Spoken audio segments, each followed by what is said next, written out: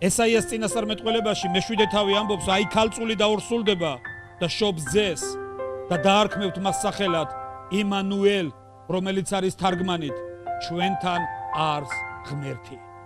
ჩვენთან არს ღმერთი. ძალიან ბევრი ადამიანი ფიქრობს ამაზე, ძალიან ბევრი ადამიანი ლაპარაკობს ამაზე, ძალიან ბევრი ადამიანი ურეკავს დღეს ერთმანეთს. ეხლა დაიწყებენ უკვე დარეკვას, ცოტა ხანში გილოცავთ შობას. უფრო ეს იანვარში ხდება ხოლმე ჩვენთან, ჩვენს ქვეყანაში, ტრადიციულად. ძალიან ბევრი ადამიანი ულოცავს ერთმანეთს შობას, შობის მადლი შეგეწიოს, ეუბნებიან ერთმანეთს. თუმცა ძალიან ცოტა არის ადამიანი, ვინც ფიქრობს რა მოხდა ამ დღეს.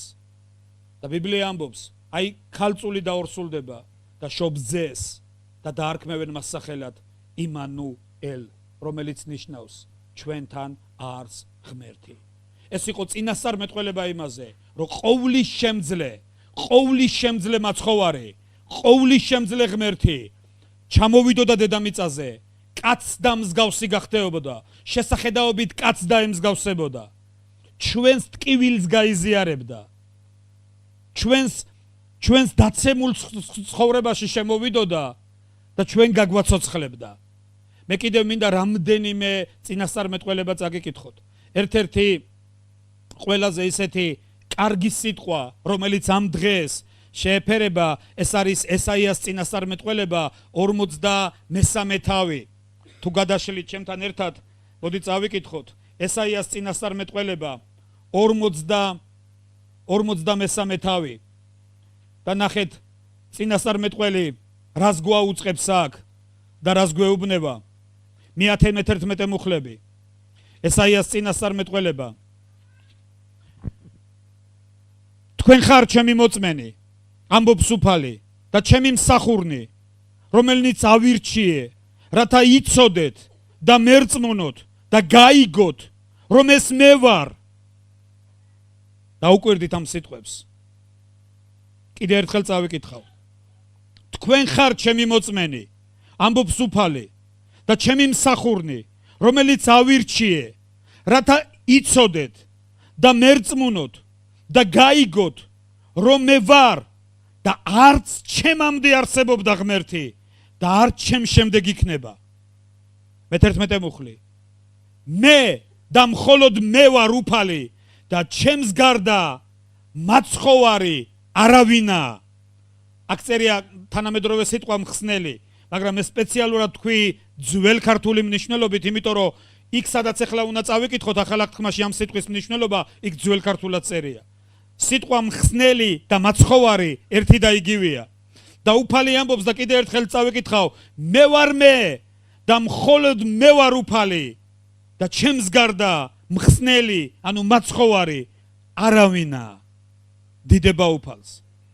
ეხლა თუ გადავშლით ლუკას სახარებას, მეორე თავის მე-11 მუხლს, მინდა გადავშალოთ ეს ადგილიც. ლუკას სახარება მეორე თავი მე-11 მუხლი.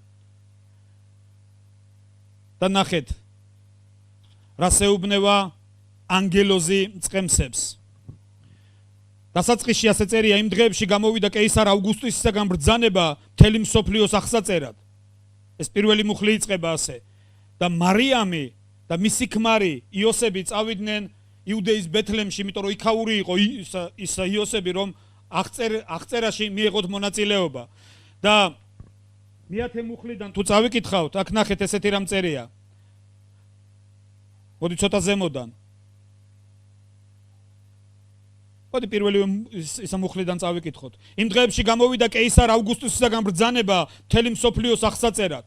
და აღსაწერა პირველი იყო კვირინეოს სირიის მმართველად ყოფნისას და ყველანი მიდიოდნენ ჩასაწერა თითეული თავის ქალაქში. იოსები წავიდა გალილეიდან, ქალაქ ნაზარეთიდან, იუდეის დავითის ქალაქში, რომელსაც ეწოდება ბეთლემი, ვინაიდან იგი იყო დავითის სახლისა და ტომისაგან.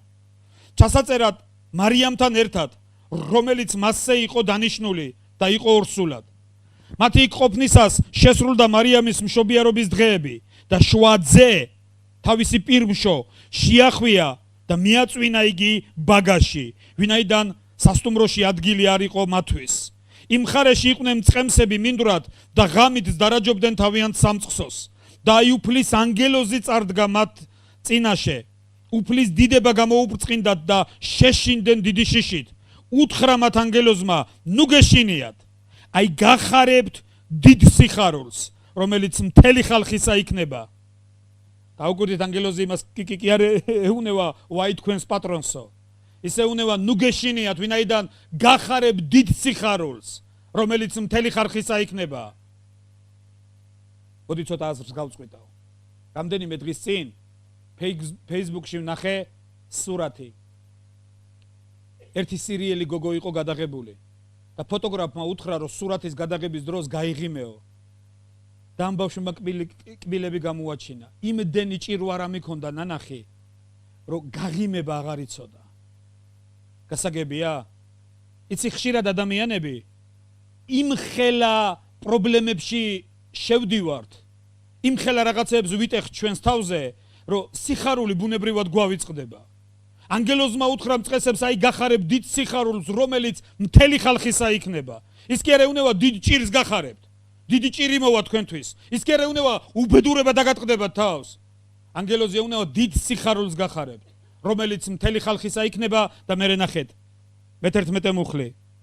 ვინაიდან დღეს დავითის ქალაქში თქვენ დაგებადათ მაცხოვარი.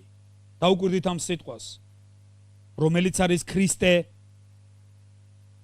ვინაიდან დღეს დავითის ქალაქში თქვენ დაგებადათ მაცხოვარი, რომელიც არის ქრისტე უფალი. და აი თქვენ ნიშნად იმ ყრმას პოვებთ შეხვეულს და ბაგაზე მწოლარესო, დიდება უფალს. ეხლა დაუკვირდით. წეხან მე შემთხვევით არ წავიკითხე ესაიას წინასწარმეტყველება. ყოვლის შემძლე ღმერთი, რომლის სახელიც კურთხეული არის, დიდება უფალს. იცი დღეს არის ძალიან ბევრი სპეკულირება ქვეყანაზე.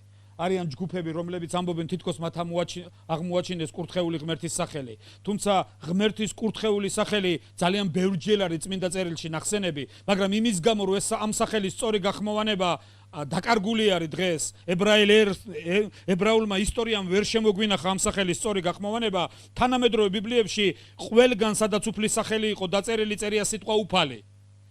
და ნახეთ ბიბლია ამბობს, მე ვარ მე უფალი და არავინა ჩემს გარდა მაცხოვარი. იცი დღეს ბევრი ამბობს რომ ეს სახელი იეჰოვა კურთხეული იყოს მის სახელი. ზოგი ამბობს ეს იახვეა. არ აქვს ამას მნიშვნელობა. ყოვლის შემძლე ღმერთი, სამყაროს შემოქმედი ღმერთი, ცისა და მიწის შემქმნელი ღმერთი ამბობს რომ არავინ არისო ჩემს გარდა მაცხოვარი. არავინ არის ჩემს გარდა მხსნელი. ანგელოზი, რომელიც მწყემსებთან მივიდა, ეუნება გახარებ დიდ სიხარულს, რომელიც მთელი ხალხისა იქნება, იმიტომ რომ დღეს დავითის ქალაქში დაიბადა მაცხოვარი. დაუკვირდით ამ სიტყვას, ვინ არის ეს მაცხოვარი? ვინ არის ეს მხსნელი? შეიძლება დღეს იცი ამაზე მიდის ლაპარაკი, არის უამრავი ადამიანი, რომლებიც ამბობენ რომ იესო წმინდა, იესო დიდი წინასწარმეტყველია. დღეს ყველას სამს რომ იესო დიდი წინასწარმეტყველია. ყველას სამს რომ იესო უდიდესი ადამიანი იყო სამყაროში.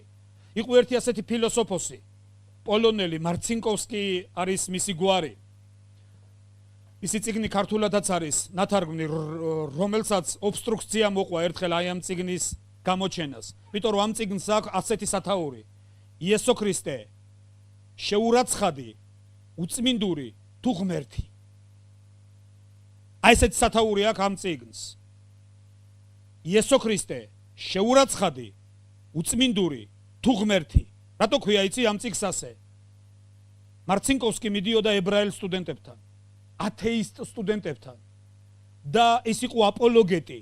ის მოწმობდა იესო ქრისტეს შესახებს. მას ჰქონდა სამი კითხვა. იესო ქრისტე ვის შეუძლია თქვას გაბედულებით რომ ის იყო შეურაცხადი? ამას ვერავინ ვერ ამბობს. ვის შეუძლია გაბედულებით რომ თქვას ის იყო უწმინდური? ამათ ყველაზე მისი საზარელი მტრებიც კი ვერ ამბობენ. მაშინ სხვა გზა არ არის. იესო ქრისტე არის ყოვლის შემძლე ღმერთი. დიდება უფალს. და სწორედ ეს არის დიდი სიხარული, რომ ანგელოზმა უთხრა, გაიმეორა ტიტული ღმერთის, იმიტომ რომ თვითონ ყოვლის შემძლე ღმერთმა, სათაღმერთმა, შემოქმედმა ღმერთმა თქვა, რომ ჩემს გარდა მხსნელი არავინ არისო. არავინ არის მაცხოვარი ჩემს გარდა. და ანგელოზი ამბობს, დღეს დავითის ქალაქში თქვენთვის დაიბადა მაცხოვარი, რომელიც არის ქრისტე უფალი. იოანეს სახარების თავის პირველი მუხლი ასე იწყება, დასაწყისში იყო სიტყვა და სიტყვა იყო ღმერთთან და სიტყვა იყო ღმერთი. დიდება უფალ ღმერთს. ის იყო დასაწყისში ღმერთთან და ყოველივე მის მიერ შეიქმნა და მის გარეშე არაფერი შექმნილა, რაც კი შექმნილია. და მე-14 მუხლი გვაუწყებს იოანეს სახარების პირველი თავის მე-14 მუხლი, რომ სიტყვა გახდა ხორცი და დამკვიდრდა ჩვენ შორის მადლითა და ჭეშმარიტებით აღსავსე და ჩვენ ვიხილეთ მისი დიდება, როგორც მამისაგან მხოლოდ შობილის დიდება. როგორც ახან გითხარით, წინასწარმეტყველება ამბობდა, ესაიას წინასწარმეტყველების მე-7 თავი, რომ აი დაორსულდება ქარწული და შობს ძეს და უწოდებენ მას სახელად იმანუელს, რაც ნიშნავს ღმერთი არის ჩვენთან. ეს იყო წინასწარმეტყველება, რომ ერთხელ ღმერთი განკაცდებოდა. და ანგელოზმა სწორედ ესახარა წყემსებს. ანგელოზი მივიდა და ეუნება მწყემსებს, დღეს გახარებ დიდ სიხარულს, რომელიც მთელი ხალხისა იქნება. მაგრამ მეგობრებო, დღეს ერთი რამე მინდა რომ გითხრათ. რა იყო ამაში სასიხარულო? რა არის ამაში სასიხარულო? აი სწორედ ამაზე მინდა დღეს გავამახვილოთ თქვენი ყურადღება. იცი ანგელოზი, იცით ადამიანებს როდის უხარიათ? ვიღაცა რომ ფულს გაჩუქებს უხარია. ვიღაცა რომ რაღაც კარგ შეიძენს უხარია, ვიღაცა რომ ბინას იყიდის უხარია, ვიღაცა რომ კარგ მანქანას იყიდის უხარია, ვიღაცა რომ კარგ სამსახურს იშოვის უხარია. ანგელოზები მივიდნენ მწყემსებთან და უთხრეს, აი გახარებ დიდ სიხარულს, ვინაიდან დღეს დავითის ქალაქში თქვენთვის ისვა მაცხოვარი. მაგრამ რატომ არის ეს დღე ასე სასიხარულო? მეგობრებო, ჩვენ თუ ერთ რამეს არ დავინახავთ შობის დღესასწაულზე, შობაში ერთ უმთავრეს დანიშნულებას თუ არ დავინახავთ, ჩვენ ძალიან ავწდებით მიზანს. იმიტომ რომ წმინდა მოციქული პავლე ტიმოთეს წერს ასეთ წერილს, რომ ქრისტე მოვიდა სოდვილთა გადასარჩენად, რომელთა შორის პირველი მე ვარ. ქრისტე მოვიდა სოდვილთა გადასარჩენად, რომელთა შორის პირველი მე ვარ. იცი, მე მინდა გითხრათ ერთი რაღაცა, მოდი ერთ რამეზე დავფიქრდეთ. რატო გახდა საჭირო დედამიწაზე ქრისტეს მოსვლა? რატო მოვიდა ის დედამიწაზე? რა შეჭირდებოდა მას დედამიწაზე მოსვლა? თუ ამას ვერ დავინახავთ, იცი როდის ხდება ქრისტე ადამიანებისთვის მხსნელი? იცი როდის ხდება ის მაცხოვარი? როცა ადამიანი ხდება, რომ ის არის ცოდვილი. თუ ადამიანი არ მიხვდება, რომ ის არის ცოდვილი, ქრისტე როგორც მხსნელი მისთვის დაკარგულია. მან შეიძლება აღნიშნოს შობა, შეიძლება იაროს ეკლესიაში, შეიძლება მიიღოს მონაწილეობა რიტუალში, შეიძლება გააკეთოს ყველაფერი, მაგრამ სანამდე მე არ დავინახავ, რომ მე დაღუპული ადამიანი ვარ ქრისტეს გარეშე. სანამდე მე თვალები არ ამეხილება და იმას არ დავინახავ, რომ მე სიკვდილის მონავარ და ცოდვის ტყვე ვარ, ქრისტე როგორც მხსნელი ჩემთვის შეუძლებელია დავინახო. გასაგებია? მოდი გავიხსენოთ ორი ავაზაკი ჯვარზე, რომელიც იესოს ქრისტესთან ერთად იყვნენ ჯვარცმული მარცხნივ და მარჯვნივ. ორივე ხედავდა, ორივე დაინახა ყველაფერი, როგორ აცვეს ის ჯვარს, რატო აცვეს, მათ ყველაფერი იცოდეს. ისა იცოდნენ, ვინც მარცხნივ იყო, წმინდა წერილი ამბობს, რომ გმობდაო მას, დეუნეოდაო, თუ ძე ხარ ღვთისა. გახსოვთ ეს სიტყვები. თუ ძე ხარ ღვთისა, იხსენი შენი თავი და გვიხსენი ჩვენც. ის ეძებდა თავისთვის სასარგებლოს, მაგრამ მეორემ რა უთხრა, გახსოვთ? ნუ თუ ღვთისა არ გეშინია, ეუნება. როცა მას არაფერი ცუდი არ გაუკეთებია, ჩვენ მივიღეთ მსჯავრი იმისთვის, რაც ჩავიდინე, ჩვენ მივიღეთ ეს, მაგრამ მას არაფერი ცუდი არ გაუკეთებია. მიუბრუნდა უფალს და ეუნება, მომიხსენიე, როცა შენ სასუფეველში მიხვალო. და უფალი იესო ეუნება, ჭეშმარიტად გეუნები შენ, დღესვე ჩემთან იქნები სამოთხეში. წმინდა მოციქული პავლე ამბობს, რომ იესო ქრისტე მოვიდა დედამიწაზე ცოდვილთა გადასარჩენად. მისი მოსვლის მიზანი, მისი დაბადების მიზანი ეს იყო ცოდვილთა გადარჩენა. ჩვენ ეს ხაზი უნდა გაუსვა და ეს ლაიტმოტივი უნდა გაზდევდეს მთლიანად შობის დღესასწაულს. შვანაირად შობის დღესასწაული უბრალოდ ფუჭი დღესასწაული იქნება და მეტი არაფერი. ქრისტე მოვიდა დედამიწაზე ცოდვილთა გადასარჩენად. თუ ავიღებთ დაბადების წიგნს, თუ დავიწყებთ პირველივე თავიდან, პირველი თავის 26-ე მუხლი ამბობს, თქვა ღმერთმა, შევქმნათ კაცი ჩვენს ხატად და ჩვენს მსგავსად. ეპატრონოს ზღვაში თევზს, ცაში ფრინველს, მიწაზე ცხოველებს, ყველა ქვემძრომს. ადამი შექმნილი იყო სამყაროს გვირგვინად. ყველაფერი ადამისა უნდა ყოფილიყო. ერთადერთი მცნება, ერთადერთი დავალება, რაც ღმერთმა მისცა ადამიანს, ერთადერთი შეთავაზება, ერთადერთი გამოცხადება იმ დროისთვის. მეორე თავის მე-17 მუხლი. ღმერთი ეუბნება, ყველა ბაღში ყველა ხის ნაყოფი გეჭმება. დატკბი ყველაფრით ისიამოვნე. მხოლოდ ერთადერთი შუაგულ ბაღში რო ხე არისო. ხე კეთილისა და ბოროტის შემეცნებისა ის ხე არ ჭამო, რადგან როგორც კი შეჭამს სიკვდილით მოკვდებიო. სწორედ იმ ხისგან ჭამა უთხრა ღმერთმა, რომ თავი შეიკავე მისგან. დღეს ძალიან ბევრი მსჯელობა მიდის, იცი ადამიანები ამას არ უკვირდებიან. ხშირად ჩვენ ვერ უკვირდებით ამას. თუ რაზე იყო აქ ლაპარაკი? დღეს ამბობენ, რომ ეს აკრძალული ხილია, თურმე აკრძალული ხილი იყო, ვაშლი იყო თურმე. გორელებისთვის ძალიან აქტუალურია ეს. ვაშლი იყო და ასე იყო. და იცით, ჩემთვის ძალიან ბევრ ადამიანს დაუსვია ეს შეკითხვა. რატო აკრძალა ღმერთმა? რატო აკრძალა ღმერთმა? ცდილობდა კიდეც ბოროტი დაერწმუნებინა ევა სწორედ ამაში. შენ რატო აგიკრძალა ღმერთმა? ესე იგი რაღაც არ შეიძლება? მართლა გითხრა ღმერთმა, არც ერთი ხის ნაყოფი არ ჭამო. თუმცა ღმერთს არა უკრძალია ხის ნაყოფების ჭამა. ღმერთმა უთხრა, კეთილისა და ბოროტის შემეცნების ხისგან არ ჭამო, რადგან როგორც კი შეჭამ, სიკვდილით მოკვდები. მეგობრებო, რატომ უთხრა ეს ღმერთმა? იმიტომ რომ ადამი არის ქმნილება, ხოლო ღმერთი შემოქმედი. კეთილისა და ბოროტის გამრჩევი მხოლოდ ღმერთი არის. კეთილისა და ბოროტების გარჩევა მხოლოდ ღმერთთან ერთად არის შესაძლებელი. იცით რატომ? ელემენტარული, სულ ელემენტარული ანალიზი ჩავატაროთ და ვნახავთ დასკვნას. კეთილი და ბოროტი რო გაარჩიო, მინიმუმ მომავალი უნდა იცოდე. სულ მცირედით მაინც. მეგობრებო, ძალიან ხშირად გვითქვამს ეკლესიაში და კიდე ერთხელ გაგახსენებთ. იცით, ჩვენ ძალიან ხშირად, არ ვიცი თქვენ გქონია თუ არა, მე ძალიან ხშირად მქონია განცდა 10 წუთით რო უკან დამაბრუნა. ეხლა რო 10 წუთით უკან დამაბრუნა, იმას ხო არ გავაკეთებდი. შეგმთხვევია ცუდი რაღაცა. მე მაგალითად შემთხვევია ასეთი რაღაც. ერთხელ ავტოკატასტროფაში მოვყევი. ბეწვზე გადავრჩი.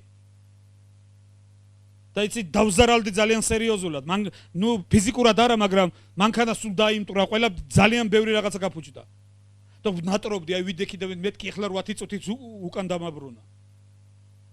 იცი ძალიან ბევრი ადამიანი, მეგობრებო, მხოლოდ იმის გამო, რომ ჩვენ არ ვიცით მომავალი, ძალიან დიდი ზარალი ნახეს. იცით, მიწისძვრა მოხდა რამდენიმე თვის წინ აზიაში. 1000-ობით ადამიანი გარდაიცვალა. მათ რო ცოდნოდათ, რომ ეს მიწისძვრა მოხდებოდა, ხო არ იქნებოდა ამხელა მსხვერპლი. იცით, ცუნამი მოხდა, თვითმფრინავი ჩამოვარდა, რამდენი ასეთი კატასტროფა და რატო მოხდა ასე? იმიტომ რომ ადამიანები ადიოდნენ თვითმფრინავში, ურეკავდნენ ახლობლებს, ეუნეოდნენ, დაგხვდი, ჩამოვფრინდებით, აქედან ელოდებოდნენ, შეიძლება ყვავილებით ელოდებოდნენ, მაგრამ ის თვითმფრინავი აფრინდა, მაგრამ ვეღარ დაჯდა. იმიტომ რომ ჩამოვარდა. მეგობრებო, ჩვენ მომავალი საერთოდ არ ვიცით. თქვენ იცით 10 წუთის მერე რა იქნება? ჩვენ ვარაუდობთ, ვიმედოვნებთ. ჩვენ ვამბობთ, რომ ყველაფერი კარგად იქნება. რამდენისთვის უთქვიათ, იცი ასე ყველაფერი კარგად იქნება. მაგრამ სამწუხაროდ არ იყო ყველაფერი კარგად. სამწუხაროდ ყველაფერი სხვანაირად განვითარდა. მეგობრებო, მინდა რომ ერთი რამე მიხვდეთ, კეთილისა და ბოროტის გამრჩევი მხოლოდ ის არის, ვინც მომავალი იცის. ჩვენ ვართ ქმნილება, რომელმაც ასე თუ ისე ვიცი გვახსოვს ჩვენი წარსული. აწმყოში კიდე ასე თუ ისე ვერ ყვევით, მაგრამ მომავალი საერთოდ დახურულია ჩვენთვის. ჩვენ ვერ ვხედავთ მომავალს.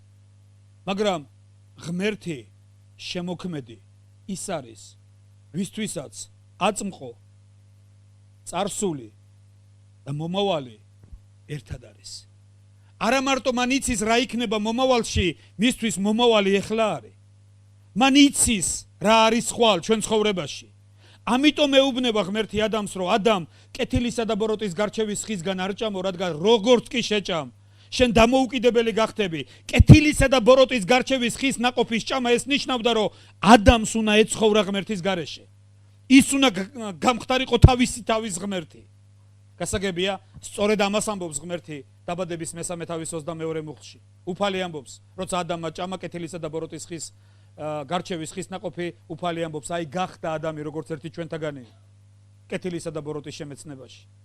ახლა გახდა ადამი როგორც ერთი ჩვენთაგანი. იმიტომ როცა ადამმა ჭამა კეთილისა და ბოროტის გარჩევის ხის ნაყოფი, ყველაზე დიდი ცოდვა რაც ჩადენილი იყო, ეს იყო ეჭვი უფალში. ეს იყო ეჭვის შეტანა უფალში. და ადამი მოკვდა. ფიზიკურად კი არა. ღმერთისთვის მოკვდა. ღმერთისგან დაიკარგა. ერთ-ერთმა პასტორმა, იცით, პასტორი ალექსეი ლიძიაევი სიმღერა დაწერა. ქართულადაც არის ეს სიმღერა, შვილო ჩემო, სინ მოი. ხო იცით, ძალიან ესეთ შემხები სიმღერაა. იქ არის ასეთი სიტყვა, დაკარგული სამოთხე შენთვის და ჩემთვის. აი ამაში არის არსი. იცით, დღემდე მიდის ლაპარაკი, სად არის სამოთხე, სად იყო სამოთხე? როცა ადამი იქნა გამოდევნილი სამოთხედან, სამოთხე გაქრა. დღეს ამბობენ ხან, ზოგი ამბობს მესოპოტამიაში იყო ეს სამოთხე, ზოგი ამბობს კავკასიაში იყო. ზოგი სად და ზოგი სად. მაგრამ სამოთხეს გეოგრაფიული მდებარეობა აღარ არსებობს, იცი რატომ? როცა ადამი დაიკარგა სამოთხედან, სამოთხეს ღმერთისთვისაც აღარ ქონდა აზრი. ჩემო მეგობრებო, სამოთხეში დაიბადა ცოდვა. იცით, ეს ძალიან ფართო თემაა და ცოტა რთულია ყველაფერი მოკლე დროში ისა ჩავტიოთ, მაგრამ მე მინდა გითხრათ, ქართული ენა არის ერთ-ერთი უნიკალური ენა მსოფლიო ენებს შორის. რატომ? ხშირად კარგად ასახავს აზრს. მაგალითად, არც ერთ ენაში არ არის სიტყვა ადამიანი. არც ერთ ენაში არ არის. რუსულად ეს არის ჩელავეკ, ინგლისურში არის men, ქართულში არის ადამიანი. ქართული ასახავს კარგად. მე არ ვამბობ, რომ ეს ნუ ყველას კარგი ენაა, მაგრამ ქართული ამბობს, რომ კაცი ეს არის ადამიანი, რომელშიც ადამიანის ბუნება არის ჩანერგილი. ჩვენ ადამიანის რეპროდუქციები ვართ, მეგობრებო. ჩვენ ადამიანისგან მივიღეთ ბუნებით სიკვდილი. ადამიანისგან მივიღეთ მემკვიდრეობით ცოდვა და ცოდვის შედეგად სიკვდილი. რომაელების მეხუთე თავის 12 მუხლი ამბობს, ერთი ადამიანის მიერ ცოდვა შემოვიდა წუთის სოფელში და ცოდვის მიერ სიკვდილი და სიკვდილი გადავიდა ყველაში, ვინაიდან ყველამ შესწოდა ამაშიო. რაში? ვიში? ადამიანში. მეგობრებო, იცით რა არის?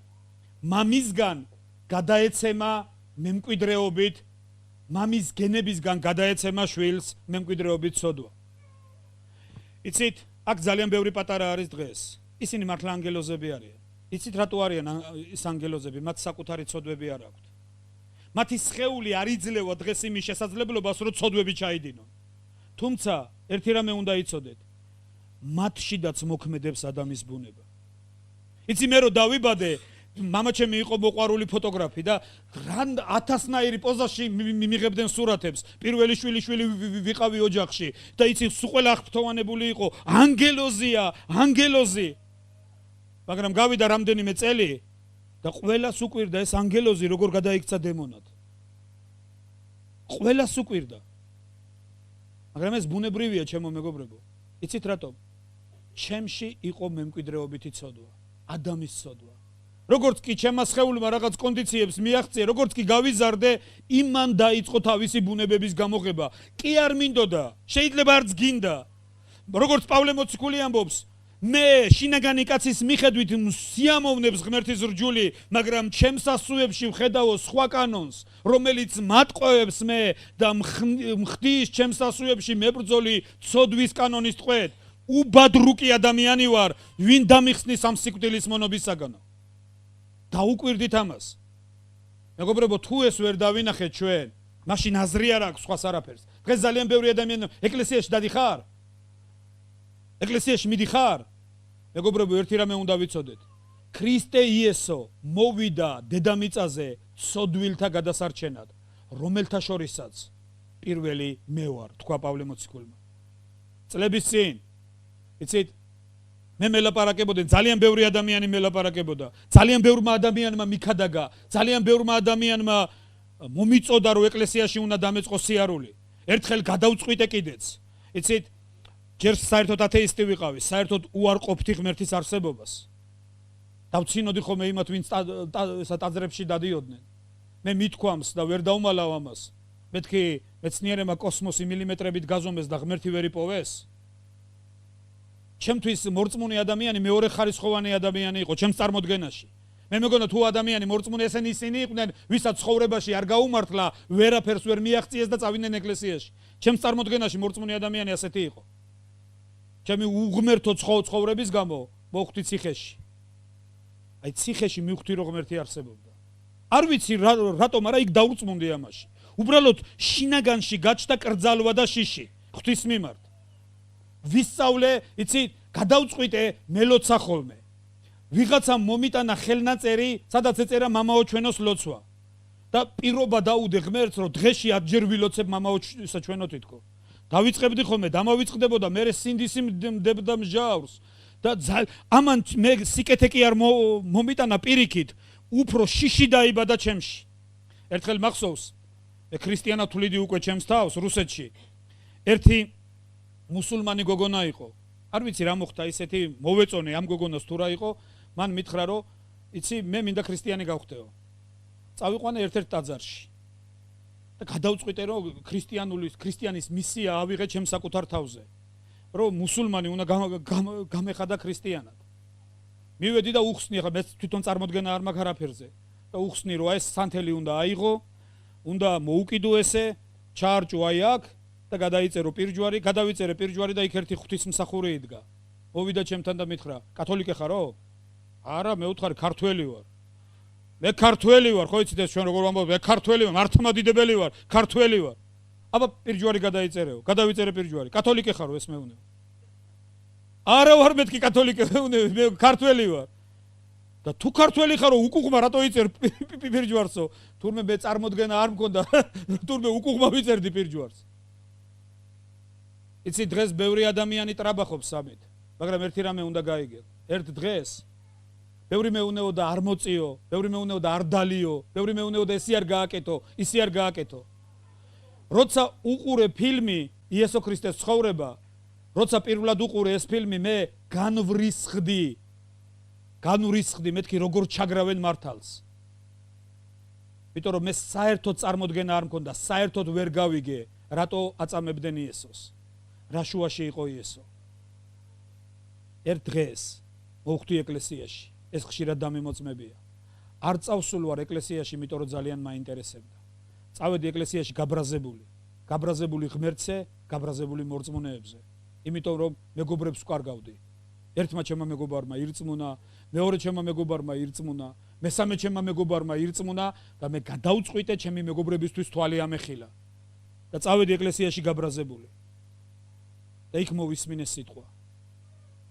იქ მივხვდი. იქ ამეხილა თვალები. იცით, ჩემ ცხოვრებაში ასეთი ეს იყო მომენტი, რომელიც მთელი მარადისობა მემახსოვრება. ფიზიკურადაც კი ისეთი სუნი ამდიოდა. ლამის წავიქეცი. გრძნობდი თავს, იცი როგორ მდგომარეობაში, რომ გეგონება აი რაღაც საშინელება ხდებოდა ჩემს ირგვლივ. და რატომ იცით? მე იქ მივხვდი, რომ მე ვიყავი ცოდვილი და დაკარგული ღმერთის გარეშე. იქ ერთი ახალგაზრდა ბიჭი იყო, რომელმაც ილაპარაკა ქრისტეს ჯვარცმაზე. თუ რა გააკეთა ქრისტემ ჩვენთვის. ძალიან ხშირად გამიხსენებია ეს ამბავი და კიდე ერთხელ გავიხსენებ, რომ დრო მოვიგოთ ამით. იცით, ერთ ქალაქში თურმე ერთი ქალი ცხოვრობდა, მარტოხელა დედა, რომელსაც ხანში შესულობის სასახლში შეეძინა შვილი. მთელი ცხოვრება თავის შვილს მიუძღვნა. მაგრამ როცა მისი შვილი გაიზარდა, მიატოვა დედამისი, წავიდა სახლიდან. და ძალიან ცუდი ცხოვრებით დაიწყო ცხოვრება, ის ბოროტმოქმედი გახდა. ერთ ოჯახს დაესხა თავს, ამოწყვიტა, კიდე რაღაც ჩაიდინა. ანუ მან ძალიან ბევრი დანაშაული ჩაიდინა. ძალიან ბევრი არასწორი რაღაცეები გააკეთა. ერთხელ ეს ბიჭი შეიპყრეს, სახალხო სასამართლო ჩაატარეს და მთელმა ქალაქმა გადაუწყვიტა ბედი და თქვა, რომ ის სიკვდილის ღირსია. ის მართლა იმსახურებდა სიკვდილს. იმიტომ რომ ძალიან ბევრი ბოროტება ჰქონდა ჩადენილი. ძალიან ბევრი ბოროტება. ამ ქალაქში იყო თურმე ესეთი წესი. ორი მთა იყო და ერთ მთაზე იყო სამრეკლო და მეორე მთაზე იყო სასაკლაო. როცა სამრეკლოზე 12 ჯერ დარეკავდნენ ზარს, სასაკლაოზე აღსრულდებოდა მართლმსაჯულება, სიკვდილ მისჯელს სჯიდნენ სიკვდილით. ეს ბიჭი უკვე აიყვანეს ამ სასაკლაოზე, თურმე ამ გილიოტინაზე დაადებინეს თავი და ელოდებიან რომ ზარი დაირეკოს. მაგრამ ზარი არ ირეკება. და ამ დროს ვიღაცა მიირბინა ამ საწყალ მოხუცებულ ქალთან და უთხრა რომ როცა ზარი 12 ჯერ დაირეკება, შენ შვილსო თავს მოკვეთენ. ეს საწყალი მოხუცებული ქალი მიდის სახლიდან რომ როგორმე თავის შვილს უშველოს. გადის დრო, ზარი არ დაირეკა, კიდევ და წავიდნენ რომ შეემოწმებინათ რომ ზარი რატო არ დაირეკა და როცა გზაში მიდიოდნენ, ეს ადრეც მოგიყევით, იქიდან ის ზარის დამრეკი შემოხვდათ და ხელებით ანიშნეს, იმიტომ რომ ის ყრუმუნჯი ყოფილა და უთხრეს თურმე ზარი რატო არ დარეკე. ეს კაცი ეუბნება, მე დავრეკე ზარი. გაუკვირდათ კაცო, როგორ დარეკე ზარი, იმიტომ რომ ჩვენ არ გაგვიგონია. როცა წავიდნენ და ავიდნენ ნახეს სამრეკლოზე, ეს საწყალი მოხუცებული ქალი იპოვეს იქ. სხვა რო ვერაფერი ვერ მოიფიქრა, ავიდა თურმე და ზარში ჩადო თავის ხელები, რომ როგორმე ზარის ხმა არ გასულიყო, რომ თავისი შვილისთვის სიცოცხლე გაეხანგძლილებინა. და მას ეუბნებოდნენ, ეს რა ქენი? და მან თქვა ესეთი რაღაც, ის სიკვდილის წინ ხელები სულ დაჩეჩქვილი ქონდაო და უკვე სისხლის განიცლებოდა. და სიკვდილის წინ თქვა ასეთი რაღაცა, მე ხო არ მეკუთვნის სიკვდილი. მას უთხრეს არა. ჩემ შვილს ხო ეკუთვნის სიკვდილი? მას უთხრეს კი. მოდი მე მოვკვდები ჩემი შვილის მაგივრათო და მან იცოცხლოს ჩემ მაგივრად. მეგობრებო, ამ სიტყვების მოსმენისას გეგონება თვალებიდან რაღაც ჩამომძვრა. მე გამახსენდა ყველა ის ბოროტება, რომელიც ცხოვრებაში მქონდა ჩადენილი. მე გამახსენდა ყველა ის უმსგავსოება, ყველა ის ტყუილი, ყველა ის სიბილწე, რაც ცხოვრებაში მქონდა ჩადენილი. მაგრამ ვიცოდი და ასევე გამახსენდა, რომ იესო ქრისტეს არც ერთი მსგავსი არ ქონდა გაკეთებული და ის მოკვდა ჩემს ნაცვლად. და მე მეუნეოდა, მე ვარ მზად. დღეს მოკვდე შენს ნაცვლად. შენი ცოცხლე ჩემს ნაცვლად. ჩემო მეგობრებო, შობის არსი იცით რა არის? იესო ქრისტე მოვიდა, რათა მომკვდარიყო. იესო ქრისტე მოვიდა იმისთვის, რომ სიკვდილი მიეღო. იესო ქრისტე მოვიდა იმისთვის, რომ ჯვარზე წასულიყო. იესო ქრისტე მოვიდა იმისთვის, რომ ამ სიკვდილით შენ გაეცოცხლებინე. მე გავეცოცხლებინე. თითეული ჩვენთაგანი გავეცოცხლებინეთ. მეორე კორინთელების მე-5 თავის მე-15 მუხლი ამბობს, ქრისტე კი ყველასთვის მოკვდა, რათა ცოცხლებმა საკუთარი თავისთვის კი არა, მისთვის იცოცხლონ, ვინც მისთვის მოკვდა და აღდგა. დიდება უფალს. მე მინდა გავიგოთ, იცი დღეს შობის დღესასწაულია. დღეს ადამიანები შობას მიულოცავთ ერთმანეთს. დღეს ჩვენ დავიწყებ დარეკვაზე ქრისტე იშვა, გილოცავ შობას. ჩემო მეგობარო, თუ შენ არ იშვი მასთან ერთად. თუ შენ არ იშვი მასთან ერთად. თუ შენ, იცი, რომაელების მე-6 თავის მე-6 მუხლი ამბობს, მასთან ერთად ჯვარს ეცვა ჩემი ძველი კაცი. რათა გაუქმდეს ცოდვის სხეული და აღარ ვიყო ცოდვის მონა. მე მინდა გითხრა დღეს ძალიან ცოტა სიტყვაზე ქრისტიანი. იცი, ჭიქა არ არის წყლიანი, თუ მასში წყალი არ ასხია. ადამიანი ვერ იქნება ქრისტიანი, თუ მის ცხოვრებაში ქრისტე არ არის. თუ ადამიანი ჯერ იმას არ მიხვდა, რომ მე ცოდვილი ვარ, ქრისტე როგორც მხსნელი და მაცხოვარი არ არის მის ცხოვრებაში. იცით, საქართველოში აქტუალურია აზრი, მე გამიგონია კიდე, ჩვენ ქრისტემდე ვიყავით ქრისტიანებიო. ხო სასაცილოა. ნუ იცინი ხართ, ეს სიმართლეა. ქართველები ტრაბახობენ ამით, რომ ჩვენ ქრისტიანები ქრისტემდე ვიყავითო. იცით რატომ? ამას აქვს თავისი მნიშვნელობა. ებრაელი ერი 26 საუკუნეა, რაც საქართველოში ცხოვრობს. 26 საუკუნე პირველი გადმოსახლების მერე ცხოვრობენ ისინი საქართველოში. პირველი კომპაქტური დასახლებები ებრაელების საქართველოში 26 საუკუნის წინ გაჩნდა. ებრაელებმა ვერ ირწმუნეს, რომ იესო იყო ქრისტე, თორე ქრისტე მათ სწამთ. ისინი დღესაც ელოდებიან ქრისტეს. და ქართველები ამბობდნენ, რომ რაც ებრაელებს სწამდათო, ჩვენც ვირწმუნეთ იგივეო. და ქრისტიანები გავხდითო, თუმცა ჩვენ არ ვიცნობდით იესოს და მათ არ ირწმუნეს, რომ იესო იყო ქრისტე, ჩვენ კი ვირწმუნეთო. ანუ ჩვენ ქრისტემდე ვიყავით ქრისტიანებიო. დღეს ამით ტრაბახობს ბევრი. ჩემო მეგობრებო, დღეს არის შობის დღე. დღეს ჩვენ შევხვდებით შობის დღეს. დღეს ჩვენ ლოცვით შევხვდებით შობის დღეს. კიდევ ერთხელ მინდა მოგიწოდოთ. ქრისტე მოვიდა, რათა მომკვდარიყო. ქრისტე მოვიდა, რათა ყველა ეს ტანჯვა მიიღო საკუთარ თავზე და მე და შენ გავენთავისუფლებინეთ ამისგან. იცი ჩემ ცხოვრებაში რამდენჯერ დადგა გარდამტეხი მომენტები. იცი რამდენჯერ ვიდექი ზღვარზე ესე. მაგრამ სულ ყოველთვის მესმოდა ერთი რაღაცა. ქრისტე კი ყველასთვის მოკვდა, რათა ცოცხლებმა საკუთარი თავისთვის კი არა, იმისთვის იცოცხლონ, ვინც მათთვის მოკვდა და აღდგა. ჩემო მეგობრებო, ჩვენგან ძალიან დიდი უსინდისობა იქნება. ძალიან დიდი უსინდისობა იქნება, თუ ჩვენი ცხოვრებით გავაგრძელებთ კვლავ ცხოვრებას. მე მახსენდება ერთ-ერთი ქრისტიანი კაცის მოყოლილი ამბავი. მან თქვა, ერთხელ ერთ ქალაქში საევანგელიზაციო კარავი ჰქონდა დადგმულიო და ერთმა ახალგაზრდამ შემოირბინაო და თქვა, ეს ლუდის კარავიაო? არაო, მე უთხარი, ეს საევანგელიზაციო კარავი. გაეცინაო და მითხრა, 21 საუკუნეში ისევ ევანგელიზაციაო? მე უთხარიო, მეგობარო, ერთ წუთი ისა მომისმინეო, იქვე ტბა იყო. გამოვიყვანე და ვაჩვენე ტბაო და უთხარი. წარმოიდგინეო, აქ ერთი ვიღაცა ჩახტა წყალში, გოგო ვიღაცა და იხჩობაო. და შენი სიცოცხლის ისა რისკად გადახდი, შენი თავი დააზარალე. კინაღამ დაიხჩე, მაგრამ ის გამოიყვანე წყლიდან. წამოდგა, ჩამოიფერთხა ტანსაცმელი, მადლობაც კი არ გითხრა. გააგრძელა გზა. როგორი ადამიანია ასეთი ადამიანი შენ თვალშიო? მითხრა, ბოდიში, მაგრამ სუფთა ხორიაო. უთხარი, მეგობარო, ნუ გეწყინება, მაგრამ შენ ხარ ასეთი ადამიანიო. იცი რატო? უფალი იესო ქრისტე მოვიდა. მას არაფერში არ ჭირდებოდა დაეტოვებინა ზეცა. იცი, მას არაფერში არ ჭირდებოდა მოსულიყო დედამიწაზე. წმინდა წერილი გვაუწყებს, ეს არის ფილიპელების მეორე თავის მე-7 მუხლი. ის გვეუბნება, მანო დაიძაბუნა თავი, თუმცა ღვთისხატება იყო მტაცებლობად არ თვლიდა ღვთისთან სწორად ყოფნას, არამედ დაიძაბუნა თავი. შესახედაობით კაცს დაემსგავსა და მორჩილი გახდაო სიკვდილამდე და ჯვარცმით სიკვდილამდე. მან თავი დაიმცირა. ძალიან ხშირად გამიხსენებია და კიდე ერთხელ ვიტყვი აც გარდაცვლილი დოქტორ ბილი გრემის სიტყვებს. ყოვლისშემძლე ღმერთმაო, ზეცაში მიიღო გადაწყვეტილება. როცა მან ეს გადაწყვეტილება მიიღო, მირიადობით ანგელოზემაო მის წინაშე თავი დახარესო.